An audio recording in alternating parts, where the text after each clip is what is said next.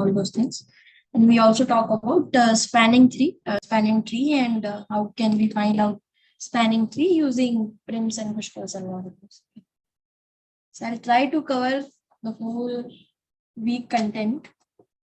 Let's see.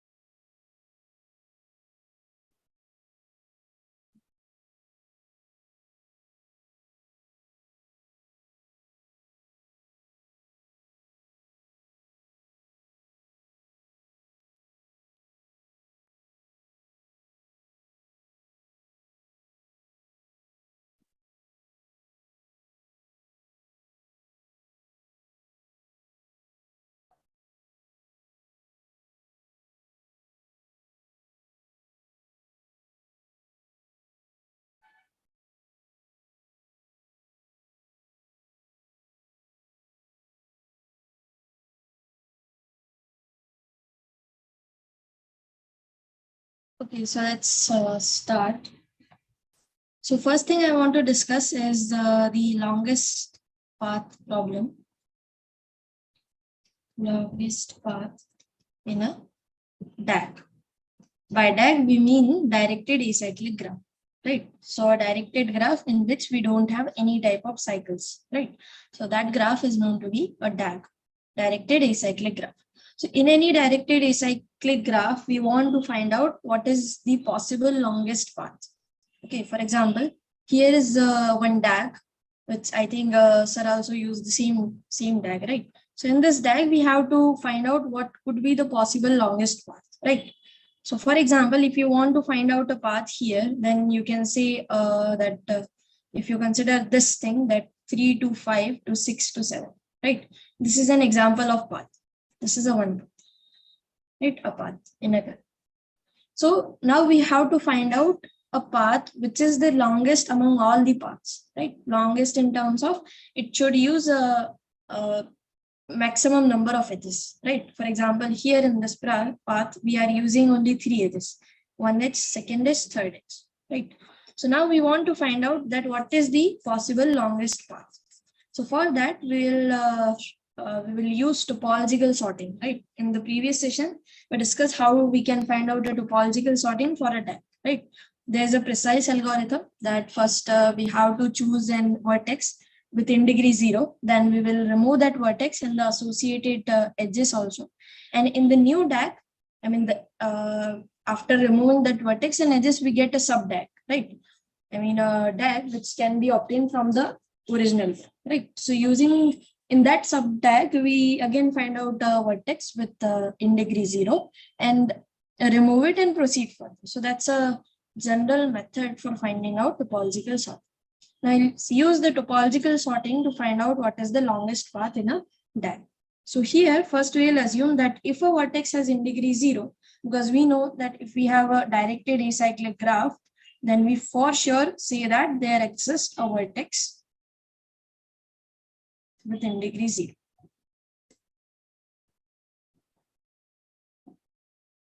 Right? Because if this condition is not true, then we can easily find out a cycle. So that's why if we consider a directed acyclic graph, then we can for sure say that there will always exist a vertex within degree 0. Okay, so we use this criteria first, that we say that the longest path to the vertex I, where I is a vertex within degree 0, is equals to 0.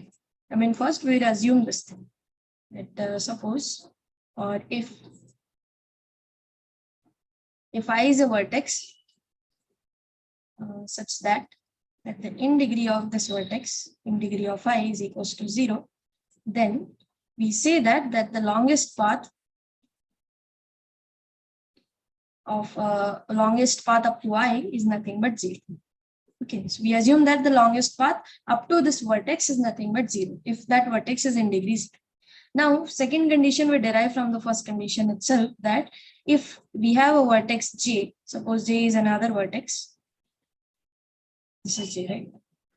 In such a way that in degree of J is actually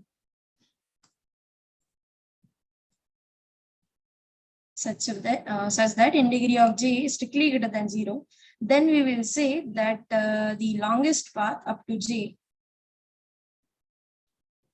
is nothing but 1 plus the longest path to its previous vertex. For example, we are using inductive process. Let's suppose this stage up to this vertex, let's name it to be K. So up to this vertex, I know the information of longest path. Then I'll say that the longest path up to the vertex J is nothing but the longest path up to the vertex K plus its one edge, right? So one edge, for that particular one edge, I'm using this one here, and I'm adding it with the longest path.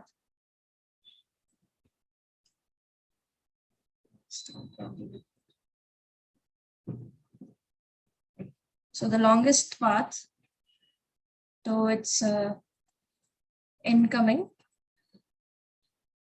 neighbor, right? K is the incoming neighbor of that vertex J, right? So here we some kind of using the previous information that we know that up to J we have an information of longest path, and using that information we are saying that the longest path to the vertex J is nothing but 1 plus to the longest path to the vertex K. Okay, so mathematically if you want to write out this thing, is nothing but 1 plus, we have to take the maximum of, because we want the longest path, right? So we will take the maximum of all the longest path up to the vertex K, where K is nothing but an neighbor before J. That means there exists an edge from K to J,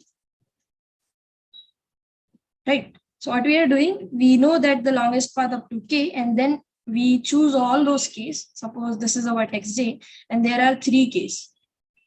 From these 3 Ks, K1, K2, K3, we have an incoming edge to J. Then what we will do, we'll find out the longest path of K1, find out the longest path of K2, find out the longest path of K3, and add, and whatever the maximum longest path is there, we will take that particular quantity and add 1 to that, and we obtain the longest path of that vertex J, right? So here we somehow get the information that, okay, if I want to find out the longest path to the vertex J, I need all its previous neighbors, right? And we know that if we do a topological sorting to attack, then what we'll get a sequence of vertices, right? So suppose VR1, VR2, and so on, Vr. This is a topological sorting for our graph, right?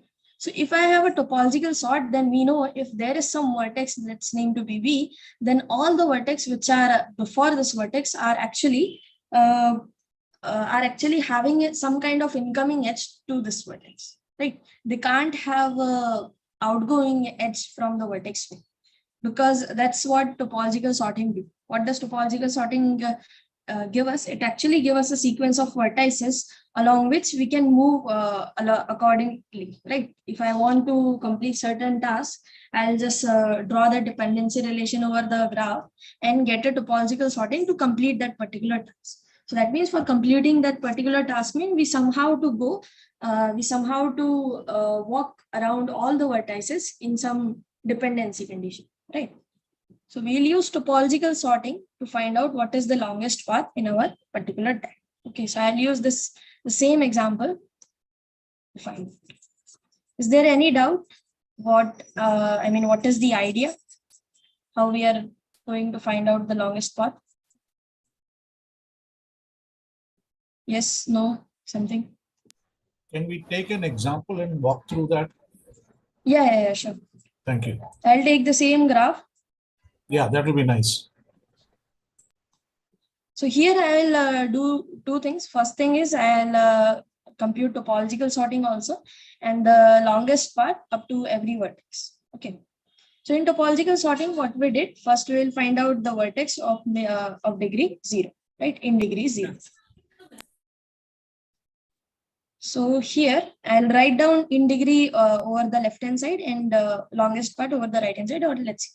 So the in degree of vertex 0 is 0, 1 is also 0, 2 has in degree 2 because 2 incoming edges are there, 3 has 1 in degree 1, 4 has in degree 1, right? And 5 has in degree 2, 6 has in degree 1, 7 has in degree 1, 2, 3, 4, right?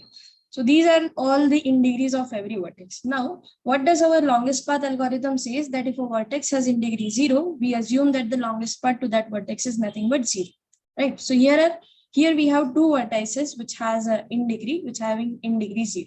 So I'll choose one of them. So let's choose 0. So 0 has in degree 0. So the longest path associated to that vertex is nothing but 0. So if I remove 0 from my DAG, I'll get a sub DAG, and then I have to do the corrections of in degrees, right? That's what we did in topological sorting. So if I remove 0 and all the edges associated to that, then the in degrees of every vertex, I mean not every vertex, these three vertex will change. So then the in degree of 2 will become 1, the in degree of 3 will become 0, in degree of 4 will become 0. Now here we have to we have to keep in mind that the longest path, as we are going through the topological sorting, we have to use some kind of information that these are not the original in degrees. These are the in degrees which we get after deleting 0. If you won't delete 0, then these all vertices will have in degree more than 1. So that's why the longest part to these vertices won't be 0. So we'll choose another vertex. So within degree 0, so let's choose 1. But initially also, let's track it back. So initial degrees, okay. Initial in degrees.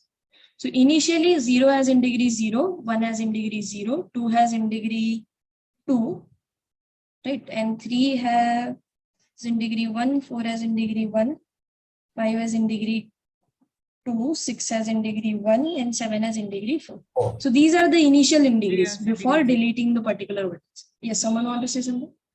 Oh, 3 has in degree 0, not 1. No, initially, as we draw. It was 1, it became 0 now. Yeah. Okay, fine. 0. Ma'am, can we choose 3 as our next vertex or no? Yeah, you can choose. So let's choose 3 as our next vertex. That won't be any problem. So if you choose 3 as your next vertex, but again, we will compute longest part after we get one topological sorting. Okay, so let's first find out what is the topological sorting related to this group. Okay, so then 3 will be the next choice. So now again, if I remove 3 and update the in degrees of every vertex, then in degrees will become 1 here, right? And 1 here, and here it will be 2, right?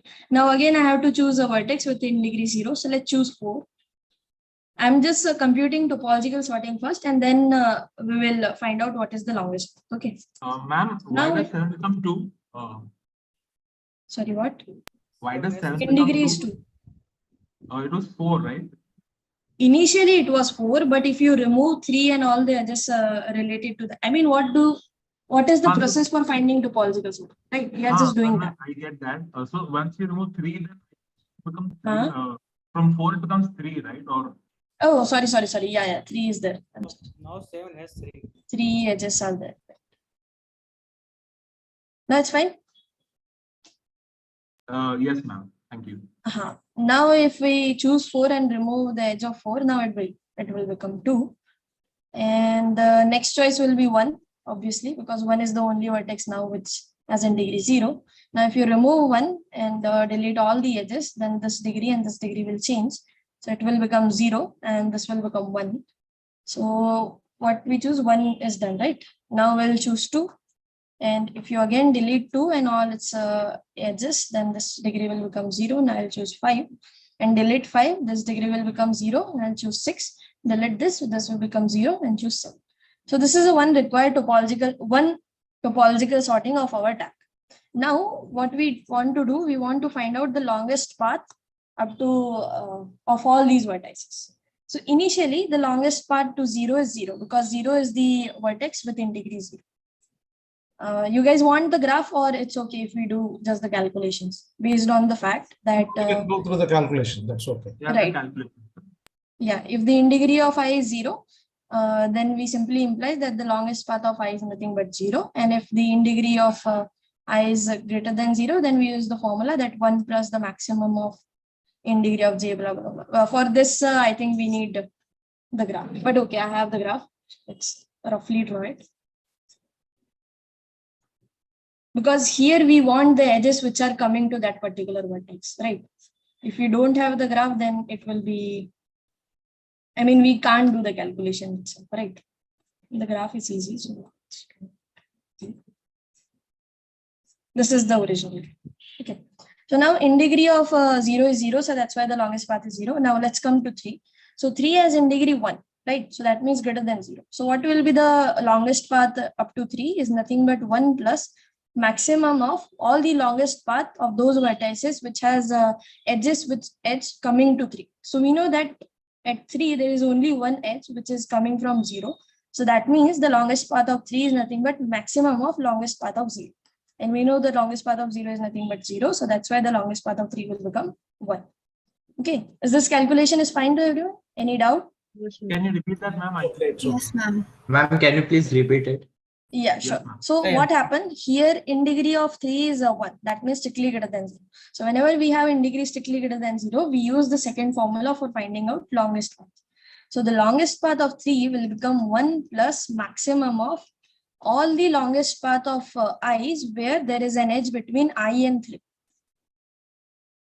Right. From the graph, you observe that there is only one edge which is coming from 0 to 3. Right. This edge.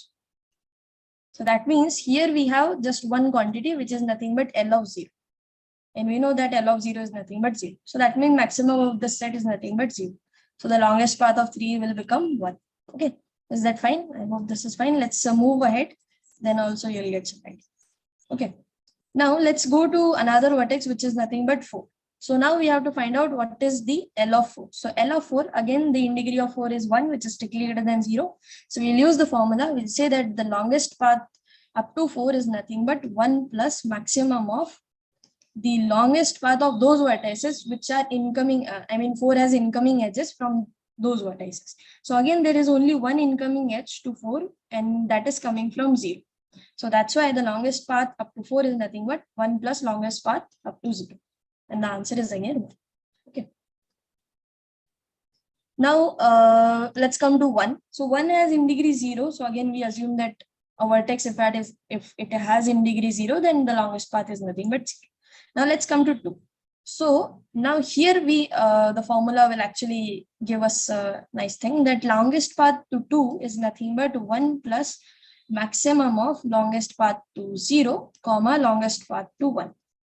But again, longest path to 0 is 0 and longest path to 1 is 0. So that's why this formula again won't give us anything. The longest path to 2 is nothing but simply 1. Okay. Now let's go to longest path of 5. So the longest path of 5, since again it's degree strictly greater than 0, I'm using the second one, right? Second form. That's nothing but 1 plus maximum of. Now here you have to consider all those longest paths which having incoming edges to vertex 5, right? So here we have two incoming edges of vertex 5, right? So an edge is coming from the vertex 2 and another one is coming from the vertex 3. So that means here I have to consider the maximum of longest path of 2, comma longest path of 3.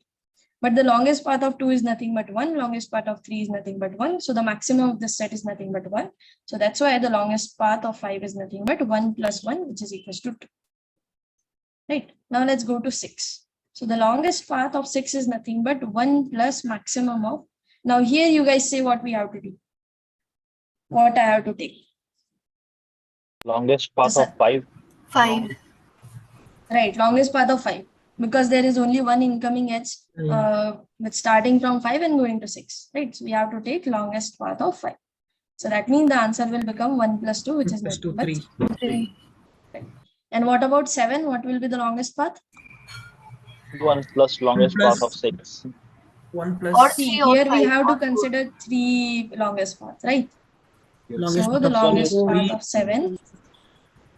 6, 1 will be greater. Yeah, right. 6, 1 will be the greatest. So that means longest path of 6, longest path of 4, longest path of 3 and 1. And Yes. 1. So that means the maximum of we have to consider 3 and whatever this is 1 or 0, right? 1, 1 and 0. Yes, yes. So the maximum will be 3. So it will be 1 plus 3, which is nothing but 4. Yes. So that's how you are you can compute the longest path up to every vertex. Okay. This process is fine, right? Any doubt? No, ma'am. Okay. Yeah, it's fine. So now let's move toward the next topic, which is nothing but transitive closure. Ma'am, if we consider any topological sequence, will this longest path be the same? Yeah, longest path will be the same, And ma'am, irrespective of topology. Yes. the question for the previous problem. So, what is the answer? Like, what will the question look like, and what will the answer be? For this longest path problem, Yes, they will ma'am. ask you particularly that what will be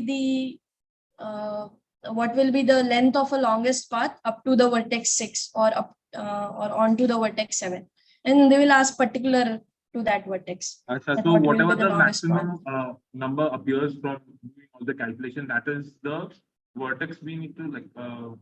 Right. So that means longest path is actually assigning to every vertex. For every vertex, you have one number which gives us the length of longest path. Yeah. So we give the answer of the length or the vertex. That is the Length okay, the length. of that.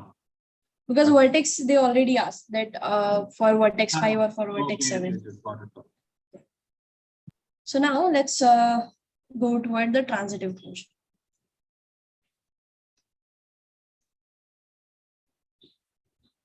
Okay. So you already know that whenever we have a relation, so suppose you have a set, so let's say S is a set, then we know that any relation is nothing but a subset of S crosses, right? So any relation, you know, that relation need not to be transitive, right? So if we will find some kind of, I'm just giving you general idea what is a transitive closure in terms of relation. So suppose you have a relation and that relation is not transitive. So what you want to do, we want to assign some additional pairs to that relation so that that new relation will become transitive. So let's say one example, let's take one example. So let's take S to be the set of peoples, right? Set of people or set of citizens of any country or anything. So let's take only peoples only, and let's take R to be the relation of, the parent relation. So we say that two elements P comma Q belongs to R if P is a parent of Q, right? This is a basic parent relation. So we say two people are related if one of them is a parent of other, right? So this relation, if we consider, then this relation need not to be transitive, right? Because suppose if P1 is a parent of Q1 and Q1 is a parent of some R1, then we know that P1 can't be a parent of R. Parent means, right, the mother or father. We don't want grandmother, grandfather type. So this is a very basic relation, parent relation. Now, respect to this relation, we can define another relation, which is known to be the ancestor relation. Right. So now if you consider the ancestor relation, what does ancestor relation says? That any, the set will remain same. We are just taking the set of people. So we say that any two people, P and Q, are related in this ancestor relation. Let's name it to be A. So any two people is related according to the ancestor relation if P is an ancestor of Q.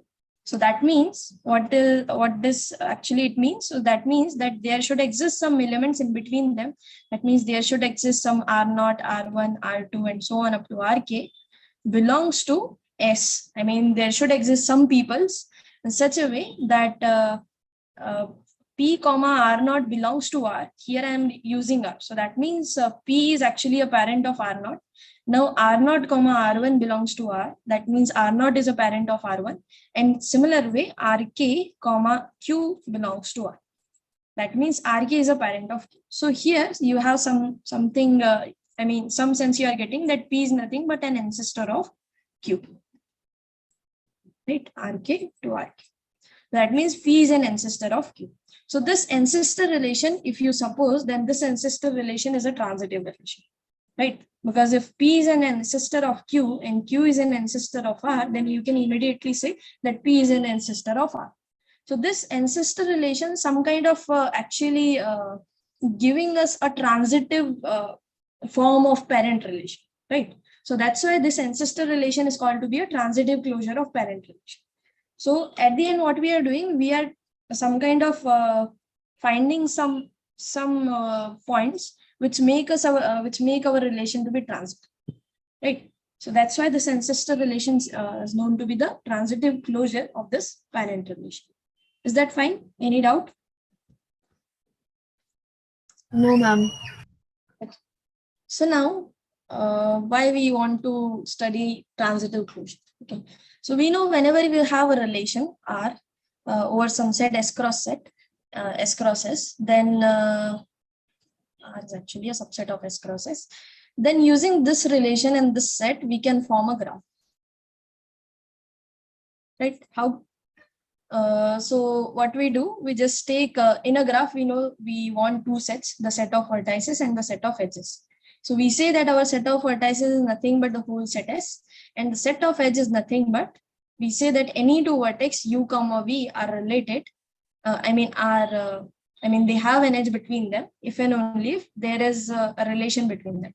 That means U is related to, right?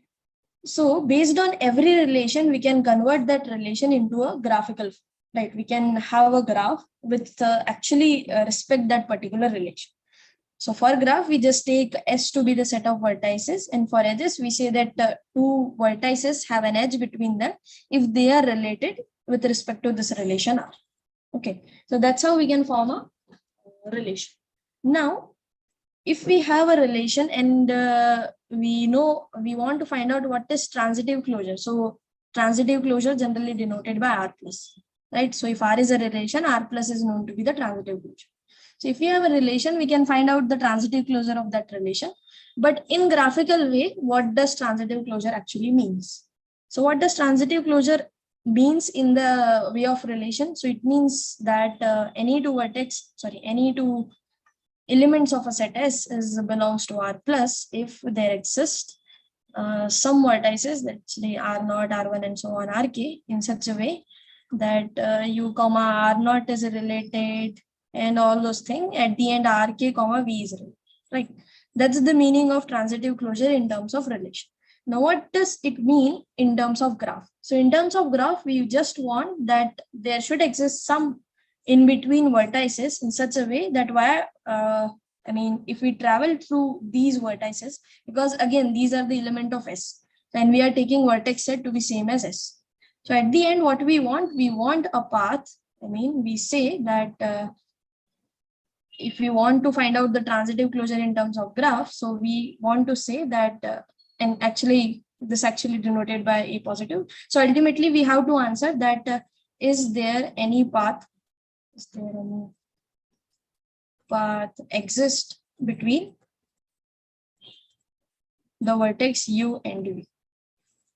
So that means this problem, this transitive closure problem, actually converted into reachability problem.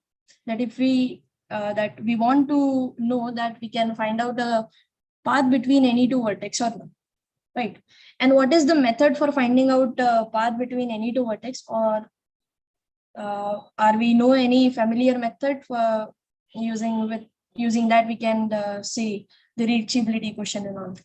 What do you think? You know any method using that you can say that, okay, there's a path between U and V, or there's not a path between U and V?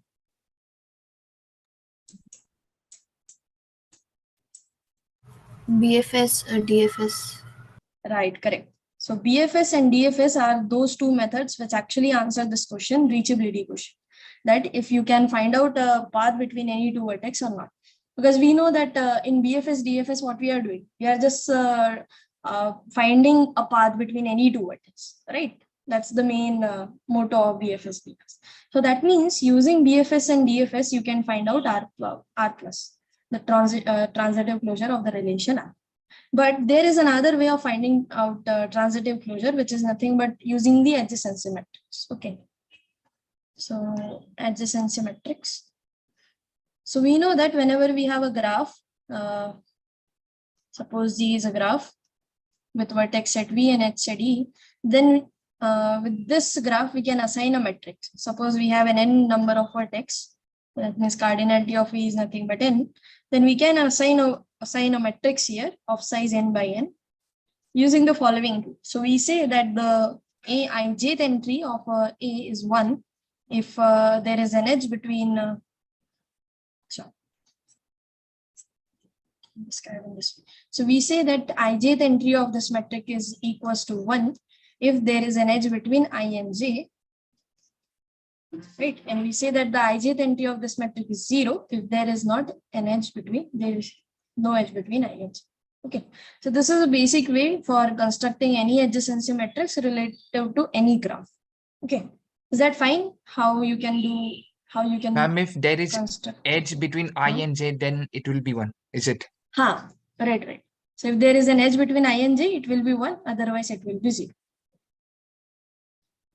So that's the adjacency matrix. For example, let's you can easily compute what is the adjacency matrix. So we don't have to do the example for that.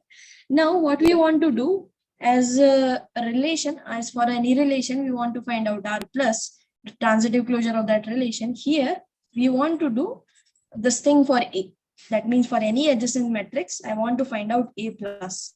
Now, what is A plus? So A plus somehow denote the transitive closure of relation R plus. So that means A plus will be another matrix in which Aij, I mean the ijth entry of A plus is actually equals to 1 if there is a path between I and j. If there is a path between I and j. And I and j are vertices, okay. I mean, here I'm taking that the vertex set is nothing but denoting by 1, 2, 3, 4, 5, and so on, right? Just a clarification. This is a directed graph, right? It could be anything, directed also, indirected also. If you're talking It's about not parental necessary. relation, it is obviously directed. Yeah, correct. In that case, Aij if the not relation equal is to symmetric, AJI. then No, Aij is not equal to AJI. right. Thank you. Okay, fine. So we can assume it's a directed graph, although it's fine. Yeah, but let's assume directed only because. But then I cannot use A square to give me the path transitive. What do you mean? I cannot use A square. I cannot multiply A by myself. No? Normally we do that, right? Yeah, we are going to do that only. I mean, if this is, I don't think it will be valid in both things, directed and undirected also, because undirected, if you take directed graph also, then also this adjacency matrix definition makes sense, right? Correct. But in this case, Aij will not be equal to Aji if it is directed. So then when we multiply, let's see, let's go ahead. I know that will be a problem. Let's see when it comes. Okay, fine. So the transitive closure of this adjacency matrix, we say that the ijth entry of that matrix is 1 if there is a path between I and j, and 0 otherwise, right? If there is no path between I and j. So that's how we actually say, that's how we actually, we can find out the transitive closure of any matrix. Now, how can we reach to A plus using with the help of A? So we go via some powers of A, that means first A, then A square, A cube, and so on up to A to the power n minus. Now here I'll say that A square is a matrix. A square is again a matrix, right? A square is a matrix whose ijth entry. So I am just for for clarification, I am writing 2 here because it's ijth entry of A square. That's okay. So the A square is ijth entry, or let's use this notation. So the A square's ijth entry is equals to 1 if there exists some k between from the set of vertices V in such a way that there is an edge between I to K and K to J. That means we are reaching from I to J using some other vertex K. That means the length of this path is nothing but 2. We are using 2 edges for reaching I to J. And 0 Ma'am, otherwise. here If there does E not is exist any edge. expectation, ma'am. Huh? Yes. Okay, ma'am. Sorry, what? Ma'am, Yeah, you I can com- take any K. no, ma'am, E belongs to E. I comma K belongs to E. That E is expectation Huh. that. Yeah, That yeah. one, ma'am. E means edge set, edge set. Oh, okay. It's Edge okay. set, edge set. Here V is the Okay, vertices okay. set and E is the edge set. Okay, Okay. okay. Fine.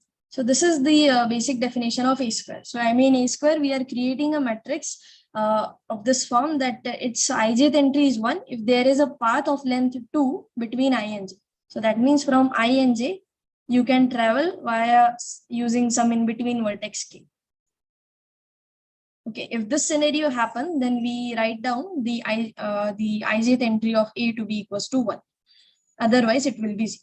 So ultimately, A square will actually give us information about the 2 length path. Right, this is a 2 length path. There are 2 edges we are using for defining this path. Right, so that's why A square actually giving us the possible 2 length path between any 2 vertices. Okay. So that's how you can define any power of A. So that means A to the power. And there is a reason why we are defining it to be a power of K instead of multiple or anything else. So we say that A to the power K ij. So that means ijth entry of A to the power K is, so let's use K because K already we have done. Right. So we say A to the power, let's take anything. So let's take R only. So the A to the power R of ij is equals to 1 if there is a path of length R between I and J and 0 otherwise. So that means from I to J, I should, there should exist some vertices. Let's name it to be some K1, K2, K3, and so on up to J. In such a way, they are using R edges. That means 1 edge, 2nd edge, 3rd edge, and so on. They should use R edges. And using R edges, we can reach from I to J. If this scenario happens, then we can say that the ijth entry of E to the power R is equals to 1. Otherwise, it will be equals to 0. So that's how we will construct all the matrix powers.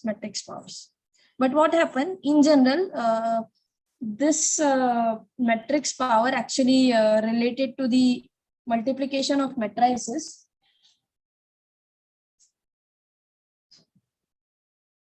So this thing actually related to the multiplication of matrices using Boolean algebra. So what is the Boolean algebra thing? So let me cover here. So you guys are already familiar with matrix multiplication, right? I don't have to repeat it. Matrix multiplication is clear, right? How we can multiply 2 matrices. Yes. Yes, ma'am. Right? Yes. So here we will use some Boolean algebra. So what does Boolean algebra says to us? So because the matrix A actually contains only 2 entries. Either the entry could be equals to 1 or could be equals to 0. So what we will do, we will multiply A with itself using this Boolean algebra that we say that if you add 1 plus 1, then it will become 1 only. I mean, this true or false kind of thing, right? So 1 plus 0 is equals to 0 plus 1 is equals to 1. And if you add 0 plus 0, then it will be equals to 0. This is for addition. And if you want to multiply 2 quantities, that means 1 plus 1 will become 1 and 1 into 1 will become 1 and 1 into 0, 0 into 1 and 0 into 0 will become 0. So we use this Boolean algebra to find out A square, A cube, A to the power K and so on, A to the power n minus 1. Now, why we are focusing on n minus 1? Because you know that in any graph, the largest length of a path could be n minus 1. Because if you want to make a path between 2 vertices I and J with maximal number of edges, then you can use n vertex in between them, right? Because 2 vertices are there, so we can use n minus 2 vertices here in between them. And for joining n minus 2 vertices, we just need n minus 1 edges. So you can think about this, that in a graph, the highest possible length of a path could be n minus 1 only. Okay. So that's why we just focus of the power, focus up to the power of a to the power n minus 1. So e to the power n minus 1 will actually give us the number of path of length n minus 1 in any graph, if it presents. Then at the end, transitive closure is nothing. In transitive closure, what we want? We just want that there should be any path. We don't need a specific information of the length of a path, that it could be used, it could be 2-length path or 4-length path or any path. But in transitive closure, what we need? We just need a path of some length. So that means A positive is nothing but if you add all those powers of it. That's your transitive closure of e to the power n minus 1. So because here, if any of the ei will contain 1 at any of the ijth place, right? Suppose there is a 1 here in the ijth place, then we can surely say that there is a path of length 1 between I and j. That means there exists a path between I and j. So that's why 1 will come here also. The ijth entry of a plus will also become 1. So that's why we actually denote a plus is nothing but the addition of all the powers of a.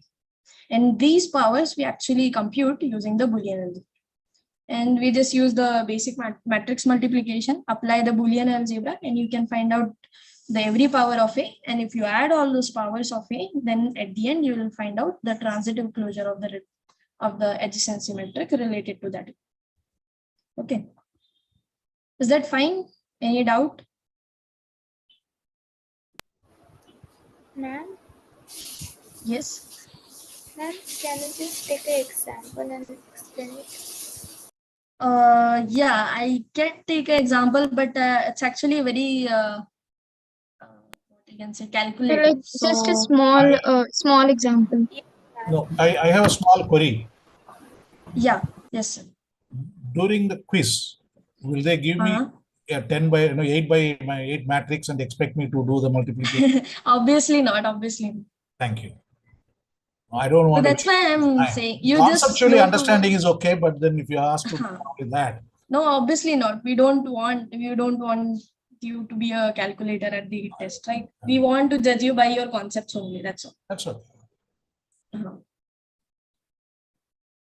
So at the end, if you take any graph with at least 4 vertex, then also it will become 4 by 4 matrix. And multiplying 4 by 4 methods is not an easy job, right? So at the end, if time permit, then I'll take an example. Although it's a very simple thing. Conceptually, it's growing a little bit difficult. That if you use this description, then I know it's a little bit complicated. But although at the end, what we want to do, we just want to multiply the matrices using Boolean algebra and find out the answer. That's it, right? There's nothing typical is going on or technical is going on, right? So shall we move forward or any doubt so far? We can proceed. Yeah. Let's go to the next topic, which is shortest path in a weighted graph. So far we are dealing with a directed graph or undirected graph. Now we will say what is the weighted graph.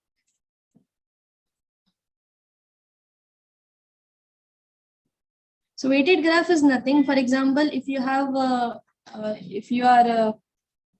if you have some quantities related to your relation. For example, if I denote the graph of any city, so let's say this is my graph of a city, and these are the 5 places. You can name it to be school or house or anything. Suppose these are places HS, PQR, right? And I'll create a graph of the city using the relation that two places are related if there is a road between 2 places, right? If there is a what you can say, there's a method to go. You can visit 2 places without crossing any other place. Okay.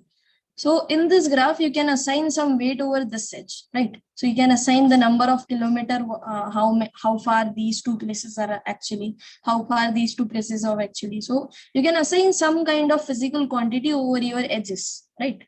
So that physical quantity is actually known to be the weight of that edge, that particular edge. And that graph is known to be a weighted graph. So in weighted graph, we just assign a particular weight on every edge of that graph. So it's known to be a weighted graph. So in a weighted graph, there will be a very general function named to be the weight function. So this weight function is actually take the input to be the edge and give us a real quantity to that particular edge, right? That's the same example I have.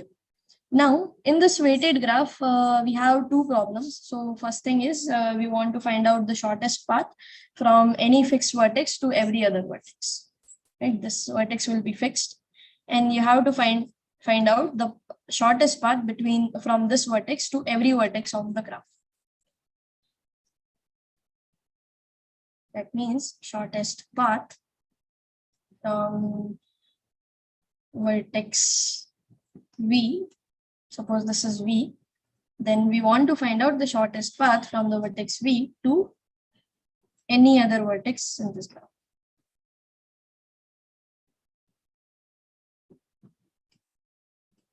In that particular graph. Right. So this problem is known to be the single source shortest path.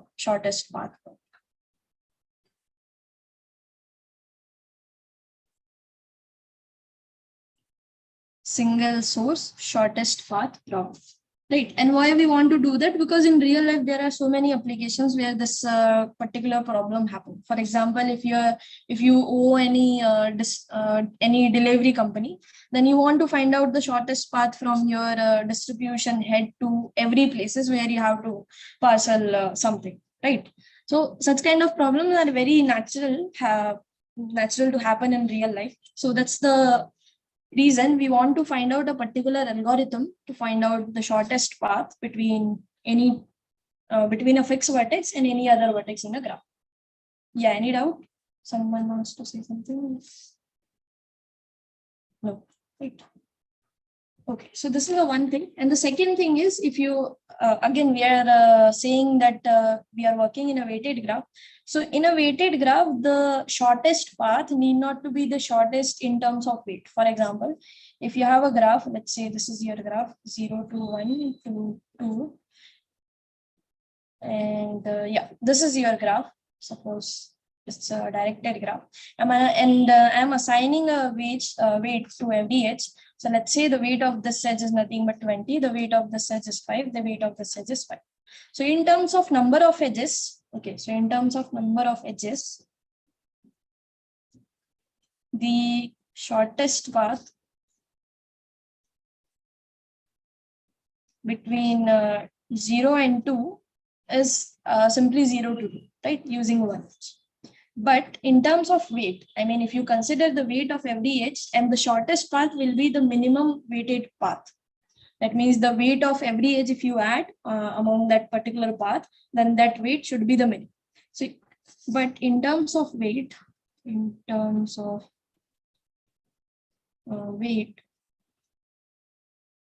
the shortest path will be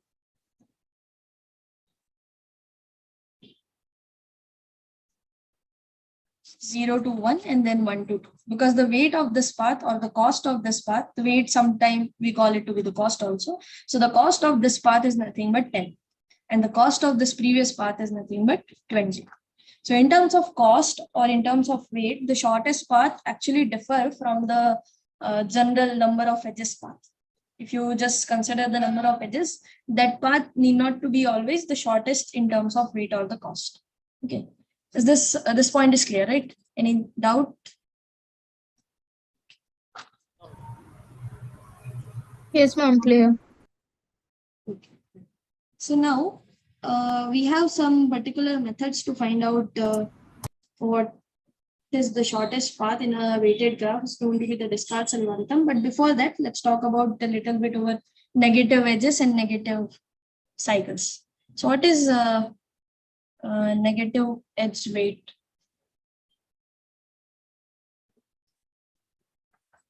So in a graph, if we assign NH to be a negative weight, negative means any negative quantity, let's say -5, -10 or something, that edge is known to be the negative weightage. And what do we understand by negative cycle is this. If you can find out a cycle in a graph and the total cost of that cycle, for example, this is a cycle in a graph going through the vertices A, B, C, D, E, and the weight assigning to this cycle is, let's say this is -20, this is 10, this is 5, and this is 2. And if you compute the cost of the cycle, so the cost of the cycle is nothing but you have to add up all the weights associated to every edge, right? So the cost will be -20 plus 10 plus 5 plus 2, right? So it will be a minus of 3. So that means this is a negative weighted cycle. So any cycle which has a cost to be a negative number, that is known to be a negative weighted cycle. Now what happens if a graph possesses a negative weighted cycle, then this shortest path problem in terms of weights are actually not well defined. Because what happens, suppose this is one cycle in your graph and I am just extending it a little bit further. Suppose this is your original graph with some vertices, and this graph actually contains a negative weighted cycle. Now, if you want to find out the shortest path between the vertex A, B, C, D, E, F, G, H. Now, if you want to find out the shortest path between the vertex E and H, and suppose the weights over all these edges are this followings, then what you can do, you can use this path. First thing, just go around this edge, then go around this edge, and then revolve around this cycle, and then come back to this particular vertex edge. So that means as we revolved around the cycle, the weight of our path will become -3, right? Every time. So if I revolved around the cycle 2 times, so then my weight of my path will become -3, 2 times, right? So that means at the end, we are not able to get any minimum quantity to be our shortest path, right? Because what does shortest mean? Shortest means minimum number should be there. But if we -6 how? Yeah, so one time if I revolve, then I'll get 1, 3 will be 4 and 4 will be 0. So one time if I revolve the cycle, I'll get -3 to be my cost. Then I'll get -6, then I'll get -9. I mean, there is no end. There is no minimum thing can happen. So right, so such kind of scenario will happen when we have a negative cycles. So if a graph possesses a negative cycle, then we cannot define shortest path in that particular graph. That's the whole point. Okay. So in any graph which actually does not possess any negative cycle, then we have 2 methods to find out the shortest path. So first method is known to be the Descartes algorithm, and second one is Bellman-Ford algorithm. Both have their own advantages. So Descartes algorithm actually works when you don't have any negative edge, right? So that's the first caution. If you are using Descartes algorithm, then you should not then there should not be any negative edge. Okay. So first thing is Descartes algorithm.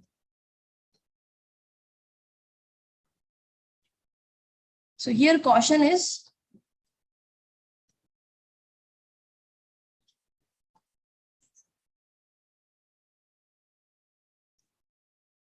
there should not be any negative edge. Because if you apply Descartes algorithm, then Descartes algorithm actually does not consider the scenario that a graph is having a negative edge on. Okay, so we'll discuss the reason why this thing is happening a little bit after. Okay, so that's the thing you have to keep in mind. If you want to apply Descartes algorithm for finding single source shortest path, then there should not be any negative edge. Okay, is that fine? Now let's say what actually this algorithm do. So I'll take the same graph. Okay, this is 0.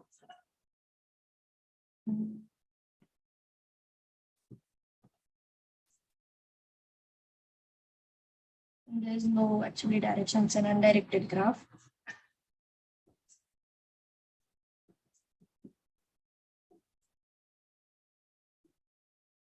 And the cost is 10, 80, 76, 20, 5 and 10. Okay. So Descartes' algorithm can be thought of.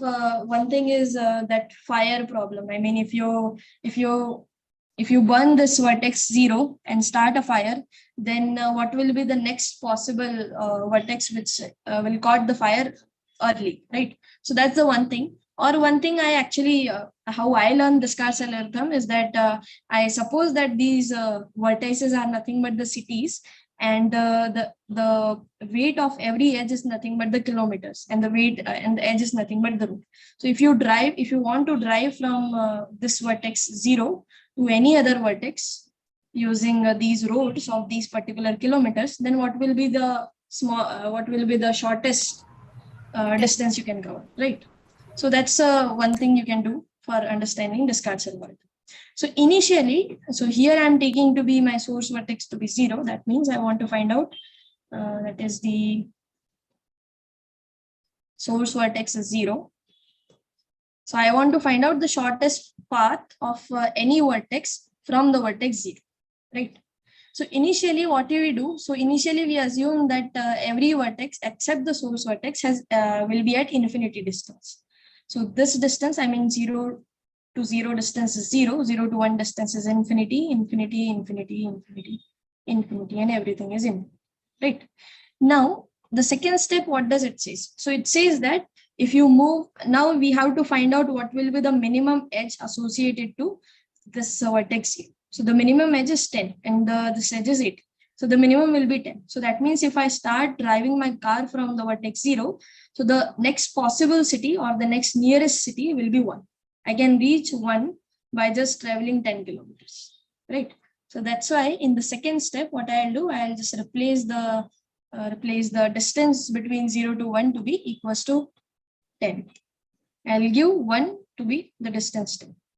Right. Now I reach to the vertex 1. Now I don't know anything about the vertex 0. Okay. Now, if I mean, first thing is that here I am assuming that 1 is my destination. Okay. Now, if you assume 2 is your destination, then how many paths are there? So if you want to reach from 0 to 2, so there are 2 paths. First thing is you can go via the city number 1 and then go to city number 2, or you can just travel through this long. But what is happening? This is an 80-kilometer path, and this path is 10 kilometer and this path is 6 kilometer. So that means if I took this route, then I can reach city number 2 much more faster than this 80-kilometer path, right? So that's why I'll took this path and I'll say that the distance between 0 to 2 is nothing but 10 plus 6, which is equals to 16. So now this infinite distance will go on and this will be at distance number 16. I mean, distance will be 16. Okay, is that fine? Any doubt? No, ma'am. Here you always have to remember that we are finding out the shortest path from the source vertex 0. Yeah, sorry. Okay. And ma'am, So now- there's no such a rule that says that the graph should be directed or undirected, right? In general, I can be think anything. Descartes' algorithm, it can be anything, but here we use undirected graph only. I don't think Descartes' algorithm. I think it worked for directed graph also. Yeah, it worked for directed It graph. works for both. So, हाँ, it yeah. worked for both because Just we a suggestion. traveling Just a values. suggestion. The numbers who are chosen are not that fitting. 80, 10, 6 cannot be a triangle. Yeah. So, okay. Actually, I just took the same graph, whatever discussed in the lecture. That's okay. Just yeah. Okay, so now again the next what you can say next possible or the next nearest city from 0 is if you want to reach to the city number 4, then you have to travel 30 kilometers, and if you want to reach to city number 3, then you have 2 paths, 80 kilometer plus 70 and 10 plus 6 plus 70. So I think this will be the shortest one. So then the distance of this vertex 3 will become only 10 plus 6 plus 70, which is 86, right? And the distance of the vertex number 4 will become 10 plus 20, which is 30. So this will become 30. Now again, if I want to travel to the vertex number 6, then I can choose the path from 0 to 1, 1 to 4, 4 to 6, right? So 10 plus 20 plus 5, which is 35. So the distance here will become 35. And similarly, if you want to go to 5, then I have two possibilities. First thing is 10 to 10 kilometer, 20 kilometer, 50 kilometer. So in that way, we reach by 5 traveling through 80 kilometers, or we can just use this path, right? 10 plus 20 plus 5 plus 10, which is nothing but 40. So the distance of 0 to 5 is nothing but 40. So this is the Descartes algorithm, and it actually find out the shortest path of any two vertex, starting from 0 to any other vertex. Any doubt so far? This is clear, right? It's a very basic algorithm. Okay. Fine. So now I'll just give you one little example which actually tell us that why this Descartes algorithm does not work when we consider negative edges.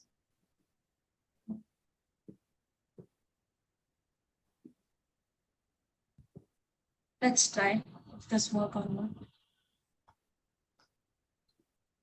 So suppose this is your graph, 0 to 1, 2, 4, 3. So this is weight 5, 10, 4, minus 10, and 11.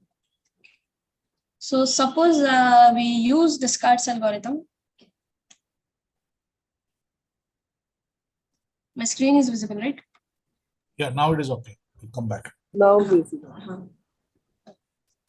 So if we use Descartes algorithm, now let's try to find out what is the distance between the source vertex and any other vertex. Okay.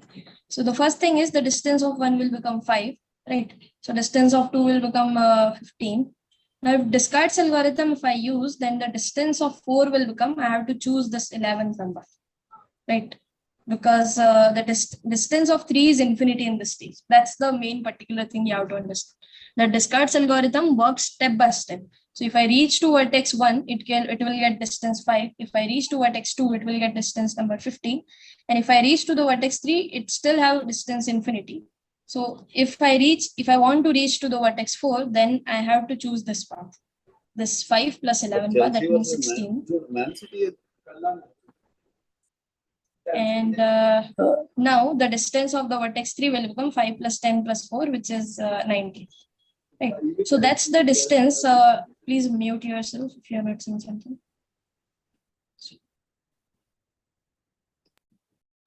Okay. So that means the distance. This will work. If we are looking for a shortest path, it will be probably 6. Yeah, but shortest path is not. Where it will fail is if there is a negative cycle. If there is a negative, then how you can find the short? Loop should not be negative. No. In this particular example, it will work. No, it can't work now because 0 to 4, it giving us the length of the shortest path, it's 16, right?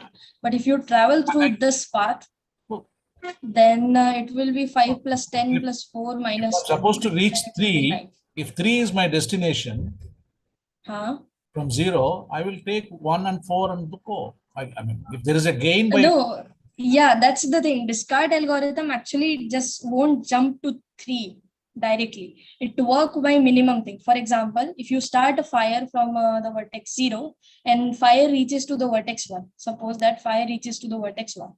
Now, fire will grow along these two paths simultaneously.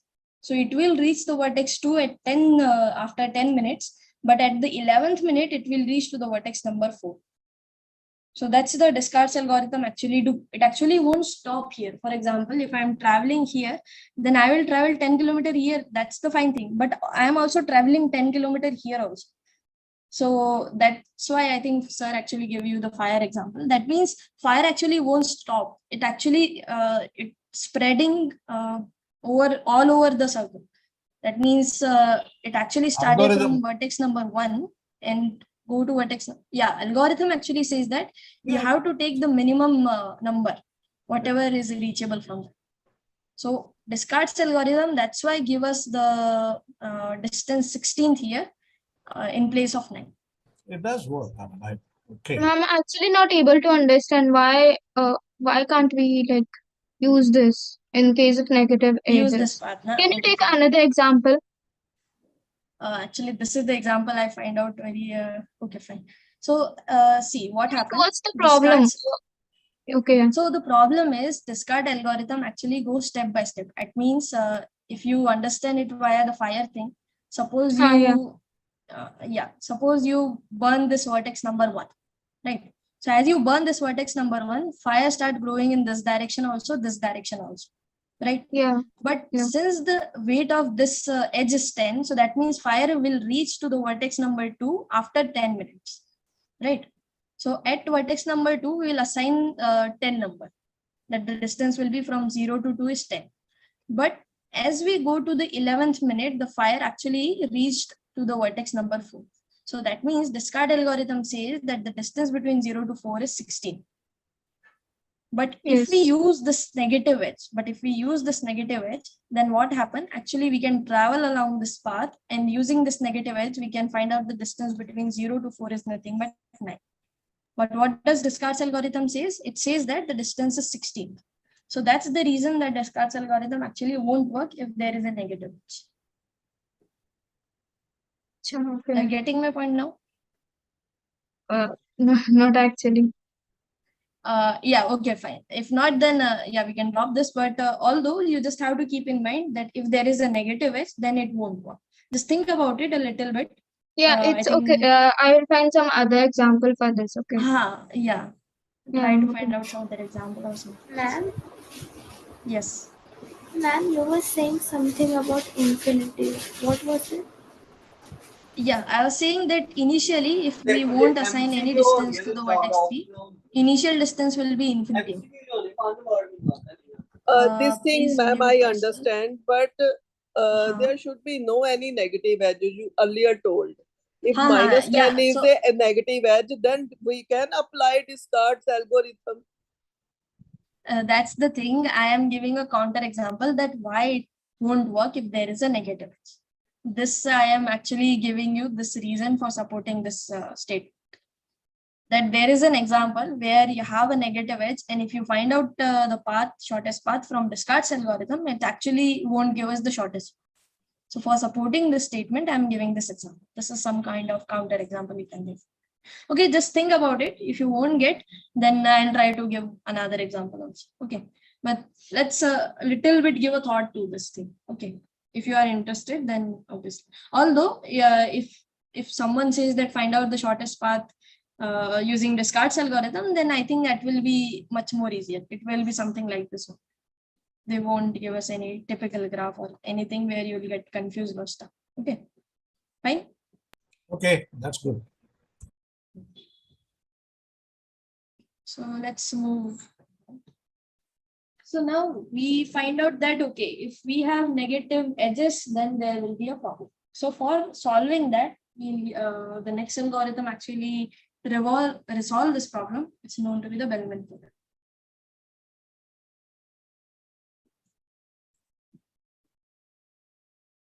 So what does Bellman-Ford algorithm says? So it just uses two simple functions. So first thing is we define a function d, right? D is to be our distance function. So Bellman-Ford algorithm actually works step by step. I mean, here what you have to do, initially we just work along a direction. I mean, first we go to 1, then 2 to 3 and so on.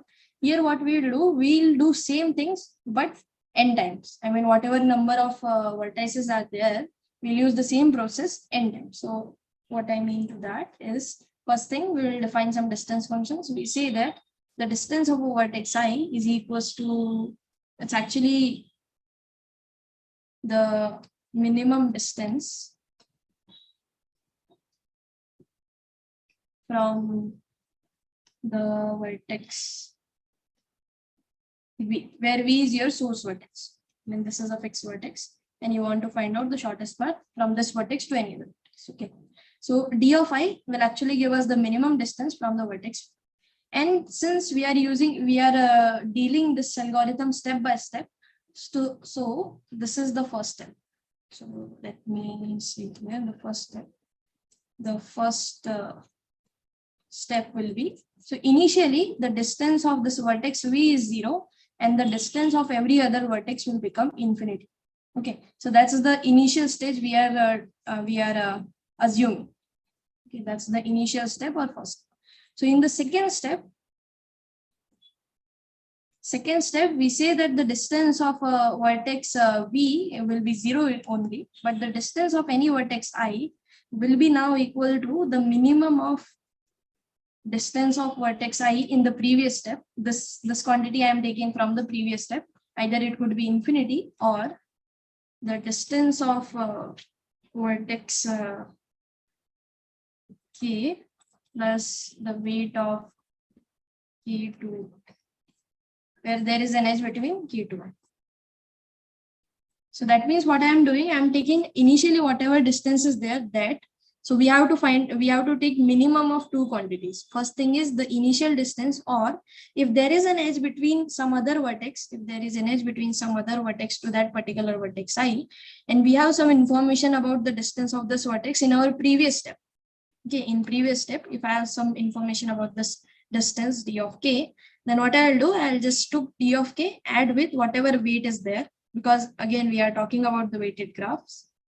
So we'll take addition of this thing. That means we ultimately taking this quantity or the distance of I, and whatever minimum thing will be there, that thing will take distance of I in our next step. Okay, so let's try it with an example, because otherwise there's no point. So just give me 1 second. I'll copy the example.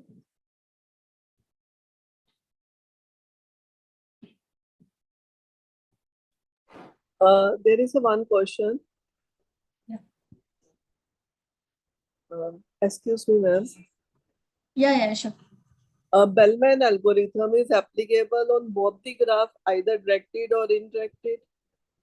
Yeah, both the graph. And also applicable on positive and negative weight. Right. For solving negative edge problem only, we are developing another algorithm. Although Descartes algorithm will be right. Thank you. So I'll just copy that same example.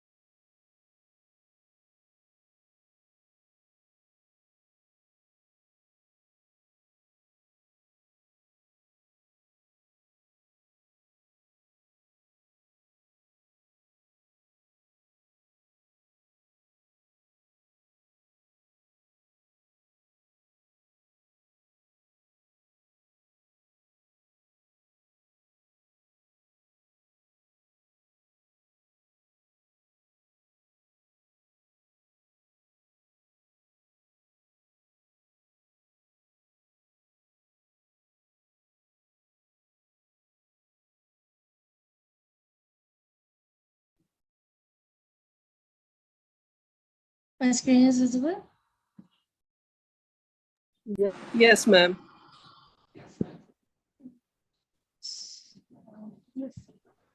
Screen is flickering. Yeah. So they are download their own PDF. So that's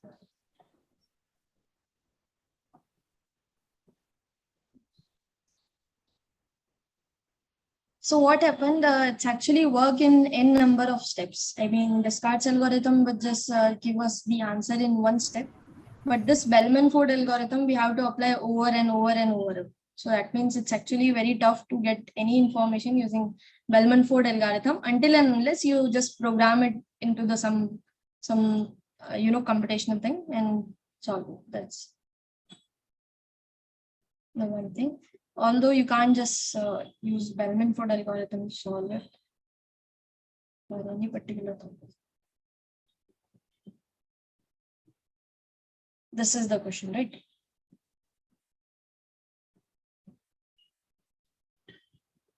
Screen is visible, right? Yeah, this is fine. I think we should try. So see here, thank you. So here we are talking about Bellman-Ford algorithm. So first what we will do, we'll define a distance function. So dj will be the minimum distance known so far from vertex z. So here our source vertex is 0. So this is our source vertex. So initially in the first step, we are taking dj to be 0. So here, as I said, that we have to apply Bellman-Ford algorithm up to the number of vertices. So here there are 8 vertices. So will you apply Bellman-Ford algorithm 8 times? Okay.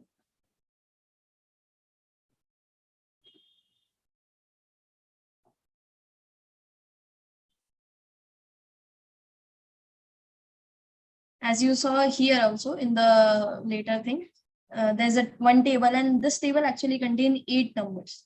So that's why we have to apply it 8 times for getting the particular information. Okay. These are the slides. Here also week 12, right? Yeah, this is the sites of week 12. But it's not in the site. So site has only up to week 11. This is actually it's written to be week 12, although it's week 11 part. Okay. Initially we have week 12 also, but now we compressed it, I think. So that's why there are only 11 week content is there, right? Yeah, I think so. Okay, yes. So just don't worry about that. See, so in the next step, what we have to do, this is our first step. This is our initial step. And after this step, I have to repeat this thing over n-1 time. So that means there are total n number of steps. Okay, so we have to repeat this n-1 times, and for that we have to use this algorithm, this formula particularly, that we say that the distance of vertex k is nothing but the minimum of distance of k. This distance we can attain from the previous step itself. And then we have to find out the minimum of 2 quantities. First quantity is this, and second quantity is distance of dj plus weight of dj. Again, I am saying the same thing. If you have a vertex k and you want to find out the distance of this particular vertex k, then what you will do? Either you just take the distance of k itself, or you will add distance of j plus the weight of this edge, weight of j comma k. And if this is minimum from dk, then you will take this thing. Okay, so let's understand one other example.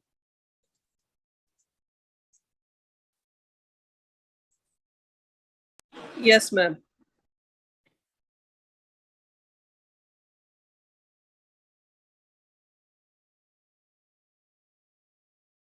This is your example, right? So initially what happened, the source vertex will have distance 0. So that's why here this is 0.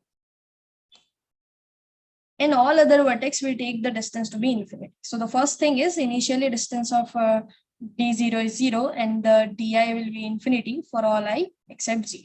And then for the second step, we will use this formula that we will say distance of dk will be nothing but the minimum of distance of dk plus the minimum distance of dk, or the distance of dj plus the weight of the edge j comma k for every j. Okay, so here now in the second step, if I want to apply, then the distance of 0 will stay 0 as it is.